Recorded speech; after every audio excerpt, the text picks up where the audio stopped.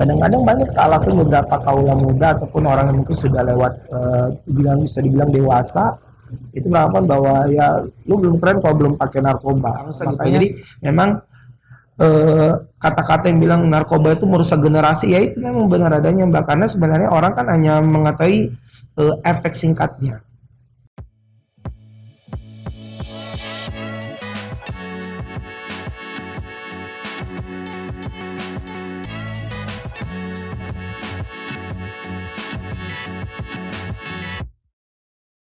Selamat datang di podcast Diskominfo Stapper. Tentunya untuk hari ini ya, bersama Mila di podcast ini kehadiran tamu dari Kejaksaan Negeri Pasir, di mana tentunya kita nanti akan membahas bagaimana caranya menghindari narkoba atau narkotika. Karena memang sekarang bukan hanya di Kabupaten Pasir, tapi di mana-mana narkoba ini lagi booming dibuat seperti biasa saja, padahal tidak biasa karena akan mengganggu selain kesehatan juga akan merugikan diri sendiri.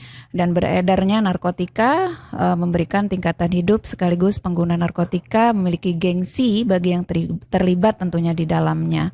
Dan hukumannya menanti untuk dijalani, bahkan dendanya sampai 8 miliar. Dan hadir di sini sebagai narasumber, selamat datang Pak Rian Asprimagama SH. Terima kasih untuk kehadirannya hari ini ya, disempatkan pasti waktu tentunya. Karena kita kalau bertugas di mana-mana pasti waktu menyempatkan untuk hadir di podcast. Tentunya sangat senang kehadiran dari Kejaksaan Negeri Pasir. Baik, di sini saya akan menanyakan terlebih dahulu nih, karena ladies first ya. Ya, ladies first. Ladies first. Iya, tentunya untuk masalah narkoba ini, apa yang menjadi latar belakang peredaran narkoba semakin tambah naik dari tahun ke tahun gitu, dan definisinya juga apa? Tentu ada badan hukumnya juga gitu. Kalau kita berbicara tentang narkotika, tentang peredaran narkotika, kalau kami kan di Kejaksaan itu bagian khusus untuk yang penanganan perkaranya. Jadi setelah itu jadi permasalahan perkara pidana disampaikan ke kami, kemudian kami proses gitu. Kalau dibilang latar belakangnya selama ini dari yang kita tangani itu khusus untuk peredaran itu biasanya karena lingkungan, yang pasti itu lingkungan gitu.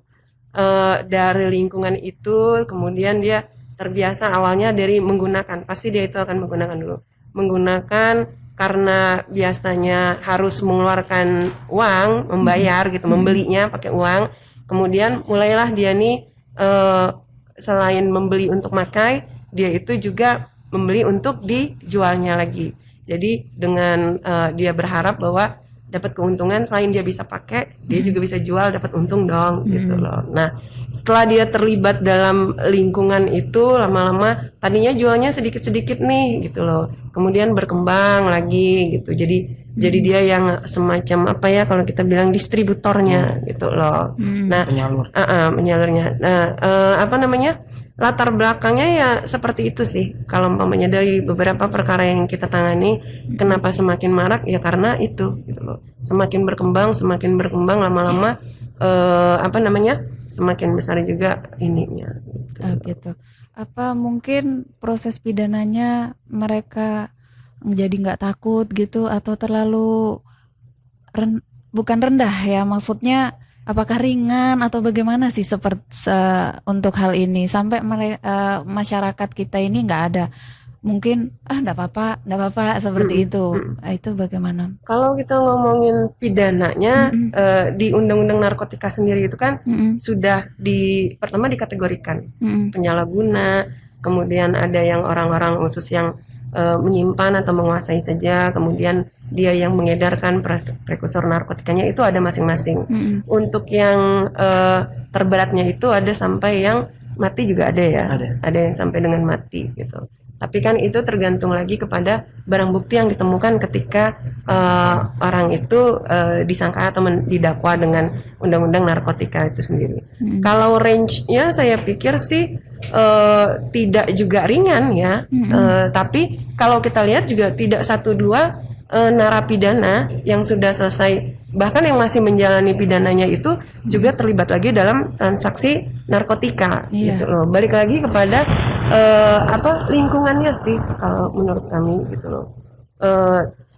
Ada beberapa kali pengulangan, kemudian ada juga dari yang tadinya seperti saya bilang cuma pengguna, tahu-tahu ketika berikutnya dia kenanya malah mengedarkan seperti itu. Jadi kalau menurut saya sih banyak faktor sih sebenarnya, tidak juga ringannya hukuman juga enggak. Kalau boleh dilihat secara statistiknya tidak ada yang rendah sih kalau untuk terutama di Kabupaten Pasir ini sendiri. Iya, mungkin karena kalau kerja biasa duitnya sedikit gitu kali ya. Ada kemungkinan juga cepat dan lebih menguntungkan, mungkin Dan lebih seperti nggak itu. capek. Ya. Ya, bisa jadi seperti itu. Oke, menanggapi ini dengan Pak Rian bagaimana kurang ini? lebih sama Mbak. Jadi kalau kita bicara tentang kita apa aja alasannya, dan bisa juga dibilang kalau faktor sebenarnya membuat semakin maraknya peredaran narkotika di suatu daerah ya, itu karena apa mungkin ringan kali hukumannya, jadi orang mungkin tidak merasa jelas ketika mereka berhadapan dengan masalah itu, tapi lebih ke itu tadi yang sudah dibahas, mungkin demand-nya Mbak ya, makin hari ke hari itu semakin meningkat gitu ya, karena ada beberapa alasan orang yang memakai itu bilang untuk supaya lebih kuat bekerja ya kan, memakai sabu tuh untuk lebih kuat bekerja, jadi dia stay on gitu, matanya tuh bisa 24 jam mungkin tuh bisa nggak tidur gitu. Karena juga dan kedua itu tadi demand-nya semakin meningkat, dan juga cara dia untuk pergerakan roda perputaran uangnya lebih cepat. Bayangkan aja kalau satu gram aja sabu itu bisa dijual rata-rata sekitar harga 2 juta 3 juta, berapa banyak keuntungan yang bisa diambil untuk kurirnya saja ya, putarannya gitu loh. Ditambah juga dengan geografis kota ini gitu ya, pertama bisa kita lihatnya pasar itu sendiri lah. Pasar ini kan juga jalur perlintasan sebenarnya, ya kan, menghubungkan kita dari Kalimantan Timur bisa sampai ke Kalimantan Selatan. Nah, biasanya daerah-daerah yang jadi perlintasan gitu tuh akan lebih mudah untuk jadi jalur peredaran, ya Bu. Iya. Nah, karena mempermudah bisa jalur. Jadi itu tadi sih Mbak. Jadi kalau dibilang kayak apa sih faktor yang menyebabkan kira-kira kok semakin hari itu ke hari narkotika ini makin marak ya, kan itu karena itu pergaulan. Kadang-kadang banyak alasan beberapa kaula muda ataupun orang yang mungkin sudah lewat bisa dibilang dewasa, itu melakukan bahwa ya lu belum keren kalau belum pakai narkoba. Nah, makanya kenapa juga kalau kita di kejaksaan memang kalau di bagian pidum dan barang bukti ya, kalau kita kan hanya menangani, kalau di pidumnya itu menangani pada saat itu sudah di tingkat penanganan perkara pelimpahan dari penyidik kepolisian. Tapi ada fungsi-fungsi lain di kejaksaan seperti dari bidang intelijen ya, itu kan ada penyuluhan ke sekolah-sekolah itu untuk meng-embrace dan men-knowledge anak-anak muda Mbak, bahwa ya nggak ada istilah bahasa keren pakai narkoba itu yang nggak ada. Jadi biar supaya mereka mengetahui bahwa narkoba ini bahayanya seperti bahayanya ini. tuh sebegitu merusak bangsa gitu. Jadi memang kata-kata yang bilang narkoba itu merusak generasi ya itu memang benar adanya Mbak, karena sebenarnya orang kan hanya mengetahui efek singkatnya gitu dari penggunaan narkoba ya, bisa memberikan ketenangan, rasa melayang-layang, halusinasi kan gitu efeknya, tapi kan nggak pernah berpikir efek lebih panjang daripada itu gitu, merusak saraf, otak, organ tubuh lain, penyakit yang lain-lain gitu ya. Iya. Terus kan biasa nih ketemu dengan mungkin narapidana atau apa sebelumnya nih bukan narapidana, yang penting kasus di bidang ini tentunya. Nah di situ alasan yang paling sering itu apa? Pasti ada toh alasannya. Ekonomi. Iya. Mostly ekonomi. Backgroundnya pasti ekonomi. Cuman itu tadi ada alasan yang orang gunakan ekonomi itu sebagai alasan utama, ada ekonomi digunakan sebagai alasan bayang-bayang, gitu loh. Alasan pasti kurang lebih ekonomi, karena kadang-kadang dia beli, kadang hanya untuk dibilang untuk pakai bekerja supaya kerjanya kuat, ya kan. Ada yang menggunakan alasan ekonomi, padahal faktanya setelah ditangani persidangan, Mm-mm. ternyata memang dia jualnya banyak gitu loh. Ya dia dapat untung dari itu. Mm-mm. Jadi ya mostly sih ekonomi, kebanyakan ekonomi alasannya. Tapi kalau secara yang kita pantau, kita lihat ya Bu, di situ faktornya ekonomi nih. Tapi kadang mereka latar belakangnya bagus semua kan. Orang-orangnya itu bukan karena kekurangan ekonomi sebenarnya. Ada yang seperti itu, enggak? Kira-kira nih yang biasa menangani kan Bu Monik sama Pak Rian tuh. Sebenarnya sih balik lagi pada ketika kami menangani perkara sih alasan ekonomi itu yang paling dominan ya kalau kita muncul. bilang ya. Mm-mm. Kalaupun memang dia berasal dari keluarga kita bilang yang secara ekonomi Mapan. mampu lah, mapan gitu loh.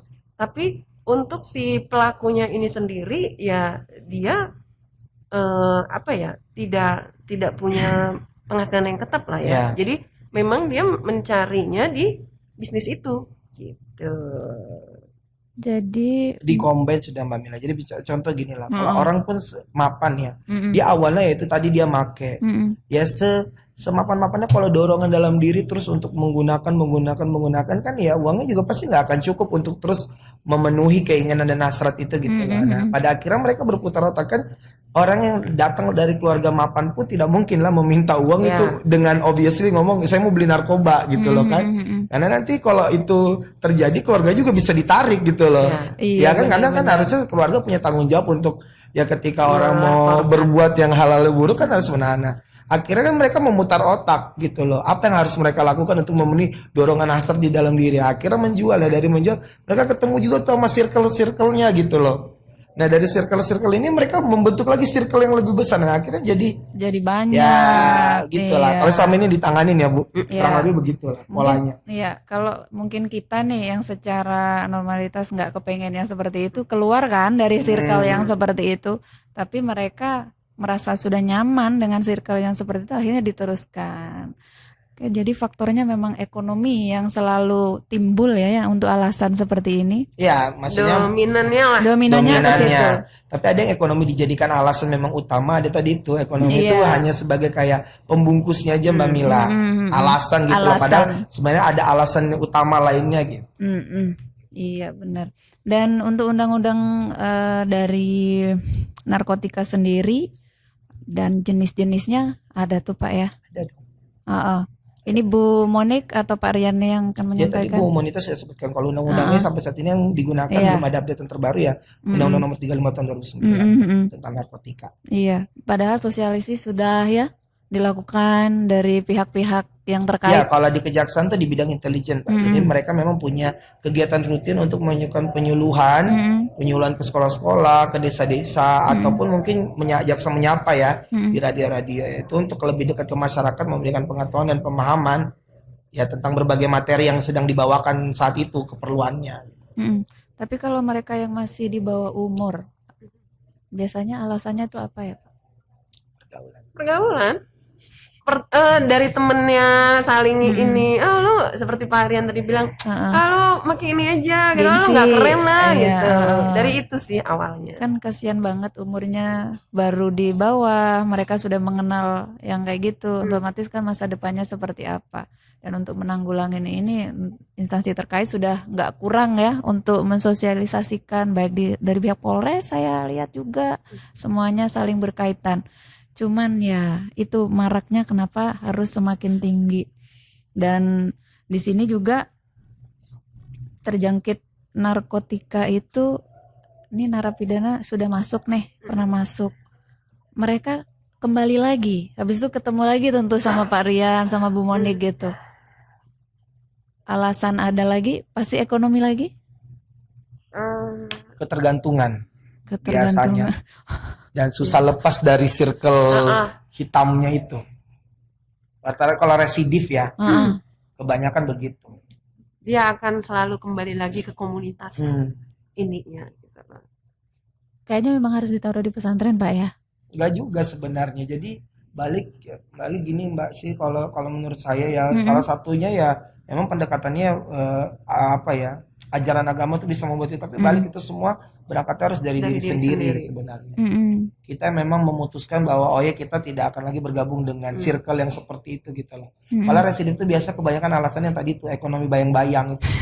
Jadi alasannya sok bilang ekonomi padahal sebenarnya tuh sudah bukan itu lagi Iya, bukan tujuannya. itu lagi. Karena sudah kayak mana ya? Itu aja terus alasannya kan? Nah, logikanya karena gini Mbak Mila. Jadi orang-orang yang mengulangi tindak pidana dalam hal yang sejenis ya. Yang sama. Karena di otak mereka tuh mereka sudah punya pola sistematis gitu loh. Hmm. Gimana ya Bu menggambarkannya? Jadi otak itu kayak sudah punya kode kayak dia harus bikin ini lagi bikin. Dia udah tahu harus mau ngapain gitu. Jadi motoriknya memang sudah tertumpu ke situ. Ya sama kayak Mbak Mila lah. Kalau Iya. bangun tidur pasti langsung minum air putih. Itu pertama kali dilakukan 2, 3, 4 kali Mbak akan selalu melakukan itu kan karena sudah di otak kan sudah terbiasa kan. Nah, seperti itu maksudnya. Iya, sama berarti kayak kita motorik kita sudah bangun tidur. Oh iya, saya nanti akan Harus ketemu ini, harus ini ini. sudah tahu gitu plannya ya. Nah, itu.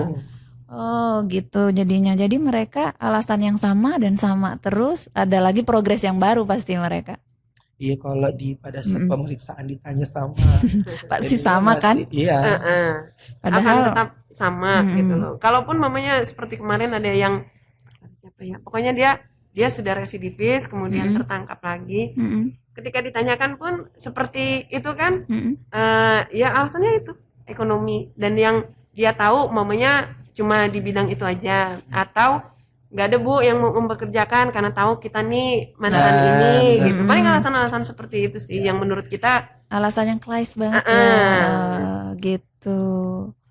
Jadi banyak alasan-alasan yang sebenarnya yang sama, yang nggak akan pernah ada perubahan di situ alasannya.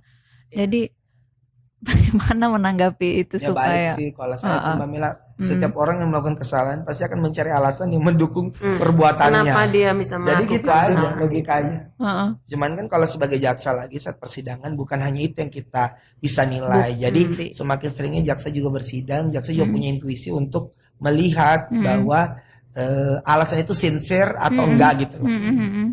Ya tulus apa enggak, bener-bener atau enggak gitu. Soalnya nggak ada efek jerak gitu kan? Ya, Nggak ada. enggak sih. Ya enggak ada Beberapa kalau yang pengulangan ya. pengulangan Nah, dia kalau enggak. yang pengulangan gitu. Karena secara yang kita lihat nih di masyarakat, loh kenapa lagi kok masuk lagi gitu kan gitu. Berarti ya memang efek jerahnya masih kurang. Dan tentunya pihak kejaksaan dengan pihak lapas sendiri kan juga saling berkaitan ya kan. Ya. Untuk hal-hal yang seperti ini mencari solusinya seperti apa. Kalau pihak lapas kita tidak terlalu ya, Iya. karena ini juga gitu loh. Karena kalau umpamanya dengan lapas itu kan mereka yang melakukan pembinaan setelah perkaranya itu diputus sama hakim. Mereka yang melakukan pembinaan mempersiapkan bagaimana si pelakunya ini, si terpidana ini supaya siap lagi masuk ke masyarakat gitu. Cuma balik lagi seperti Pak Rian tadi bilang, kalau terkait narkotika itu mau kita seperti apapun itu tergantung dari si Individu. individunya itu sendiri. Tidak, kalau kita ngomongin dia itu dipidana, ini kita di luar dari itu dulu. Ada juga yang ketika dilakukan rehabilitasi gitu loh. Setelah selesai rehab, dia akan kembali lagi gitu. Karena memang bukan dari keinginan dia sendiri untuk berubah gitu loh. Itu akan tetap susah. Maka kalau terkait narkotika ini tetap harus dari inisiatif orang itu sendiri gitu. Sama Mungkin didukung dengan keluarga lingkungan ya. dan keluarganya. Ya, kembali ke circle-circle itu kembali. Jadi jawabannya nggak ada ya. Apanya nih? Apanya? Jawabannya tetap akan sama seperti itu karena mereka akan kembali dengan circle yang ada akhirnya kembali lagi. Meskipun kita sudah melakukan berbagai macam sosialisasi, cuman kita sebagai di pemerintahan ya kita kan cuma bisa menghimbau gitu, mengingatkan karena tugas kita ya Bu ya, iya.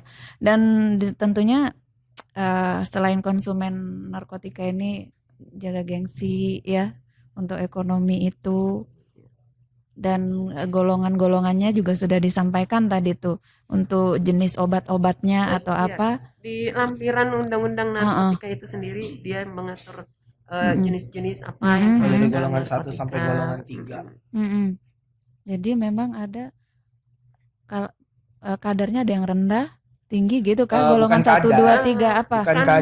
Kandungan yang Kandungan. ada dalam apa sih Dalam namanya sih? zatnya yang ininya.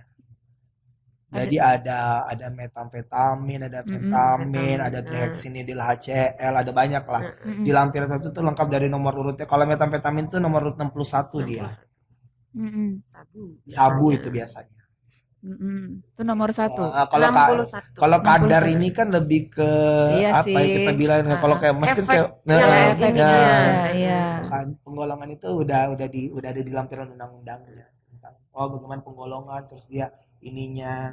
Mm-mm. Jadi memang sudah tentunya di sini zat-zatnya sebenarnya orang sudah tahu, efek sampingnya juga sudah tahu. Tapi alangkah bagusnya kalau disampaikan lagi deh Bu Monik supaya masyarakat yang belum jangan sampai efeknya mengganggu kesehatan Apa ya nih kan? efeknya Oh, maksudnya efeknya disampaikan. iya. Kalau kalau kita bicara Mbak Mila Mm-mm. masalah efek, saya rasa tuh masyarakat hari ini ya Sudah dengan tahu. Mm-mm. teknologi yang sudah sangat maju, Mm-mm. terus tentang informasi keterbukaan informasi Dan publik yang undang-undangnya juga sudah lumayan lama ya lama kalau kita bilang ya. berlakunya. Ya sudah tahu yang justru sekarang itu yang ini makanya ya bidang intelijen kejaksaan itu juga berkoordinasi dengan Pidem itu untuk misalnya penyuluhan jenis-jenis narkotika yang Mm-mm. baru berkembang gitu loh. Ada lagi Kayak yang misalnya ya banyak kayak misalnya gorila. Jadi Mm-mm. dia tuh kayak ganja tapi yang sintetis. Mm-mm. Nah, gitu loh. Nah, itu kan kalau sejauh ini sih belum belum pernah masuk sampai di Kalau pasar. pasir belum. Kalau di Samarinda sudah. Wow. Nah, gitu. Paling itu makanya kalau intelijen itu bagiannya Mbak, makanya fungsi kejaksaan itu kan sebenarnya luas ya. Mm-mm. Hanya masyarakat kan selama ini tahunya fokusnya kita tuh hanya yang duduk di sidang, menuntut Mm-mm. orang. Iya. Gitu. Padahal sebenarnya ada bidang-bidang lain ya, salah satunya itu bidang intelijen yang fungsinya sebenarnya itu lebih mendekatkan kejaksaan itu ke masyarakat. Terus juga sebagai ujung tombak memberikan informasi dari kita yang kita ketahui ke masyarakat. Mm-mm. Makanya lebih ke arah kalau Mbak Mila bilang kayak Pak tolong dong kasih tahu masyarakat tentang efek bahaya narkotika. Saya rasa kayaknya dengan Memang sudah, sekian banyak iya. itu udah banyak. Cuman Memang sudah tahu tuh, cuman alangkah bagusnya kita mensosialisasikan lagi gitu nah Pak, supaya orang-orang itu oh iya nggak boleh nih gitu. Jadi kan lebih kita itu gimana ya untuk menyuruh orang secara langsung kan nggak bisa tuh. Nah, jadi dengan kita bicara seperti ini, mungkin mereka ada salah satu yang tersentuh, oh ya jangan gitu. ya kayak Efek tagline-nya Intel, kenali hukum jauhi hukuman kan. Iya. Nah, balik Kalau itu aja. masalah efek terhadap kesehatan kita ya jangka Mm-mm. panjangnya, kalau mamanya tadi seperti Pak Aryan bilang, kalau efek jangka pendeknya mungkin orang cuma akan berpikir rusaknya kesehatan atau seperti apa. Tapi yang perlu diketahui kesehatannya itu sistem motorik, saraf segala macam itu apa namanya dia akan terdampak. Walaupun mungkin bukan setahun 2 tahun penggunaan ya, tapi dia itu beberapa tahun kemudian itu dia akan terdampak. Gitu loh. Masalah rincinya seperti apa itu kan bukan bidang kita, tapi secara umum penggunaan narkotika itu berdampak pada sistem saraf kita di kemudian hari. Jadi waktu itu saya juga pernah ikut sosialisasi dari saya lupa pokoknya kesehatan gitu, bahwa ketika ini ada pengguna nih sekian lama dia mengguna, akhirnya dia berhenti, tapi setelah dia berhenti ini malah efeknya itu tetap muncul gitu loh. Jadi itulah yang bahaya yang perlu diketahui oleh para pengguna ini gitu loh. Ada yang berpikir bahwa oh pakai dulu deh, nanti juga ada saatnya gue berhenti nih gitu loh, nanti juga nggak bakalan ngefek gitu loh. Nggak seperti itu cara kerjanya gitu loh. Dia akan berdampak itu beberapa waktu setelah menggunakan gitu. Mungkin ketika awalnya seperti Pak Rian bilang tadi, oh untuk kerja enak nih, jadi lebih semangat segala macam. Lebih Tapi enjoy. efek berikutnya yang mungkin tidak diketahui orang banyak gitu loh. Satu itu, kedua sesuai dengan bidang tugas kami nih, kejaksaan ini kan menerima setelah adanya penanganan perkara dari penyidik. Gitu. Nah, yang perlu masyarakat itu ketahui mungkin ketika kita itu keluarga itu mengetahui ada salah satu anggota keluarga yang menggunakan lah setidaknya, akan lebih baik itu kalau langsung dilaporkan ya. Dilaporkan ke yang berwajib lah, bisa ke BNN ya, bisa ke BNN, kalau sini BNK di sini juga ada gitu loh. Karena perbedaan penerapan hukuman, bukan Mm-mm. hukuman ya. Kalau hukuman berarti kan sudah terbukti nih. Penanganannya. Penanganan perkaranya akan berbeda antara yang secara mandiri, sukarela inisiatif. datang untuk melaporkan dengan yang ketika make ketangkap. Gitu. Gitu. Itu akan berbeda cara penanganan kita. Jadi akan lebih baik ketika kita udah tahu nih ada keluarga kita yang menggunakan, kita laporkan aja. Nanti itu di penanganannya ada sendiri gitu loh. Imbangkan nanti kalau umpamanya keluarganya ini lagi make ketangkap. Apalagi kalau keluarganya tahu, itu bisa dikenakan pidana juga. Tapi tidak melaporkan. Mengetahui tapi tidak melaporkan, itu ada pidananya juga. gitu. Itu beberapa hal mungkin yang perlu masyarakat ketahui terkait dengan penanganan perkara dalam narkotika ini. Jadi keluarga boleh melaporkan ya. Boleh. Tapi Silakan. pasti keluarganya akan menutupi kebanyakan yang Itu ada. permasalahan masyarakat sekarang menganggap bahwa kalau keluarga saya terkena pakai narkotika ini aib nih gitu loh. Padahal sebenarnya ya enggak juga gitu loh. Justru mencegah dampak yang akan terjadi setelah itu. Ya. Kebanyakan kan begitu ya, Ya, Pak. risetnya memang memang masih seperti itu gitu. Makanya salah satu caranya mungkin dengan seperti ini nih kita menghimbau nih Iya, masyarakat supaya gitu. Soalnya otomatis kalau mereka melapor nanti anakku atau keluargaku pasti dipenjara nih. Mereka sudah takut duluan. Padahal yang disampaikan sama Bu Monik tadi akan ada perbedaan. Itu akan ada perbedaan. Ada Mekanismenya. Mungkin ini ada inisiatif orang ini mau sembuh nih, keluarganya juga menginginkan untuk supaya keluarganya tidak seperti ini gitu ya. Iya, jadi untuk masyarakat tentunya harus benar-benar bijak nih memikir kalau sampai karena pergaulan kadang orang tua nggak tahu sih Pak ya, dimana orang tua mungkin sibuk bekerja, anaknya sekolah, tiba-tiba nih maukah ya kan ditawarin seperti itu. Awalnya pasti seperti itu dikasih aja, habis itu dia beli butuh nih. beli. Kemudian yang ketiga yang disampaikan Pak Rian tadi jadi pengedar akhirnya. Karena nggak mungkin minta terus sama orang tuanya buat beli. Saya butuh uang buat beli sabu Pak, nggak mungkin. Iya, pasti akhirnya ya itu tadi perkembangan perbuatannya. Dan berkembangnya juga bisa kalau sudah nggak ada jalan lain bisa ke pidana yang lain. Iya. Pencurian dan sebagainya seperti itu. Dan di sini pertama pasti yang coba-coba ya Mbak ya, yang sudah disampaikan sama Mbak Monik tadi. Dan untuk tim rehabilitasnya, andai kan nih ada yang keluarga melapor, tentunya masyarakat ini mungkin penasaran itu langsung dipenjara atau bagaimana, Mbak Monik? Tolong dijelasin lagi. Kalau rehabilitasi, jadi gini, kalau misalnya keluarga dia akan langsung melapor mungkin ke instansi yang terkait BNN. Nah, BNN kemudian akan membawanya mungkin ke panti rehabilitasi, BNK, ke panti rehabilitasi gitu. Nanti di panti rehabilitasi itu akan di screening, yang jelas pasti akan langsung ditanganin. Setelah masuk itu yang nggak akan disuruh keluar, akan di screening dulu Mbak Mila. Screening itu nanti menentukan bahwa tingkat ketergantungan dia ini di level mana, rendah, sedang atau tinggi. Nah, treatmentnya beda-beda juga. Kalau rendah itu kadang bisa dia dikasih obat dengan pemantauan untuk dalam kurun waktu berapa waktu, lalu nanti bisa dilanjutkan di luar. Nah, tapi kalau sedang dan tinggi itu tergantung lagi treatmentnya dari panti rehabilitasi. Apakah kalau sedang dan tinggi sudah pasti butuh observ tuh berdiam di panti itu dalam kurun waktu tertentu, bisa dari 1 bulan sampai 3 bulan tergantung dari tingkat penyembuhan dari ketergantungan orang itu sendiri. Karena ada orang yang bisa heal dari ketergantungan lebih cepat, ada yang lebih lambat. Gitu. Reaksinya ya. Ya sama lah, kadang-kadang ada orang yang dikasih obat dia lebih cepat sembuh 1 malam, ada yang butuh 3 hari ya sama. Jadi ketika dia keluar ya itu dia sudah dinyatakan dia clean, bersih dari ketergantungan gitu.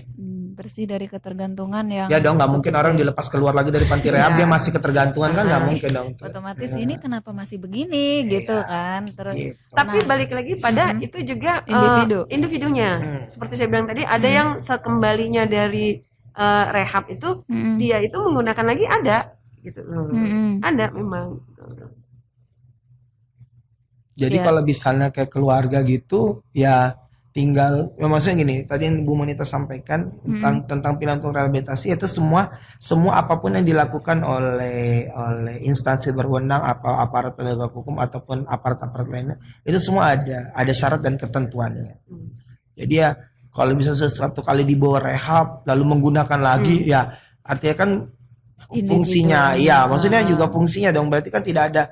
Jadi setiap orang yang ya udah menganggap bahwa nanti panti rehab itu tempat di mana dia gampang aja, yang penting gua tergantung, gua pergi situ lagi, gua keluar udah bersih, gua pakai aja lagi, ntar gua tergantung lagi, nggak bisa juga begitu polanya. Jadi ada pola. Semua ada syarat ketentuannya Mbak Mila pasti. Mungkin untuk yang direhab itu yang pertama aja ya. Iya. Habis itu Setidaknya yang difasilitasi oleh pemerintah kabupaten ya, kan di sini ada BNK-nya juga gitu loh. Untuk pertama kali memang akan difasilitasi lah. Gitu. Kalau terulang lagi nggak mungkin dong, orang ini memang sudah jadi konsumsi gitu kan, dan publik juga akan tahu kenapa masuk rehab keluar lagi jadi tanda Jangan-jangan tanya. modusnya aja nih untuk menghindari hukuman, kan ada yang seperti itu gitu. gitu. Akhirnya masyarakat kenapa hukum kita begini. Nah itu kita menghindari itu Pak. Kebanyakan kan bisa Seperti jadi nah seperti itu kan. Ya mudah-mudahan aja di Kabupaten Pasir ini tidak seperti ini Pak ya. Dan untuk menjauhinya sudah disampaikan caranya, harapannya apa antara Bu Monik dan juga Pak Rian nih untuk Itu Kabupaten harapan. Pasir, harapannya untuk ya supaya apa, karena kita kan ingin menuju itu. Kalau harapannya ya, kami sebagai penegak hukum juga tidak berharap kasus yang kami tangani semakin meningkat. Karena dengan meningkatnya perkara yang kami tangani berarti semakin marak juga peredaran narkotika di Kabupaten Pasir ini. Balik lagi kepada Jaksa Agung selalu mengedepankan bahwa penanganan perkara itu jangan harus mempunyai manfaat, ya, harus mempunyai manfaat. Kita berharap bahwa yang sudah ditangani ini dijadikan sebagai